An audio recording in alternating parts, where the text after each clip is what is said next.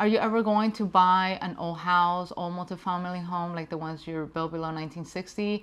If the numbers work? Yeah, in fact, actually, my parents' home, back in when I started doing this whole real estate investing without knowing I was doing real estate investing, so it was by accident.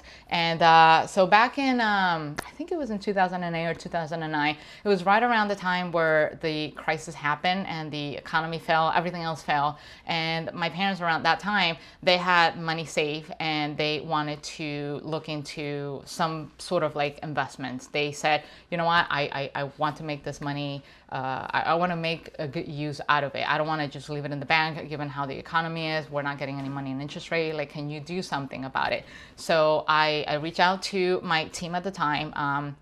Well, they're still my team. Like, I still have good relationships. So my realtor, I said, this is what we're looking for. This is the area we want to work on. Can you find something? So the house that we found, that he found for us, was actually a foreclosed home back in, and it was built right around that time. I think a little bit older, maybe in the 1950s and stuff like that. I mean, this is New York City, so everything around here is old.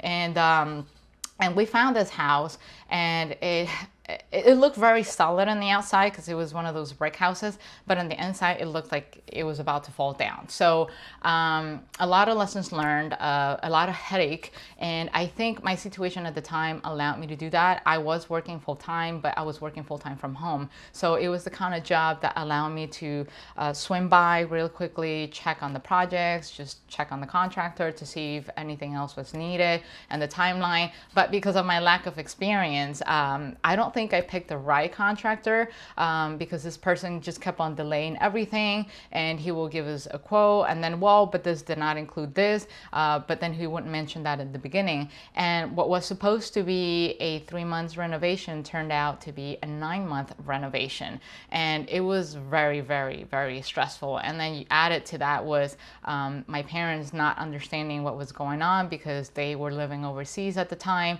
and I was kind of like the middleman trying to like just put down the fire, like just making everyone come together, come to an agreement. But again, I wouldn't change any of it. It was definitely a great lessons learned. But yes, to answer your question, it's great. You can definitely buy something that is built from the 1960s and rehab it, but you will definitely have to bring in an inspector just to make sure that there's no foundation damage, there wasn't any roof damage. So that was the first thing I did. I followed my intuition because in my mind I was thinking, well, if there's any foundation damage, then the issue is going to be big. Like, the house is going to fall apart. It doesn't matter how pretty I make it look on the inside out, right? And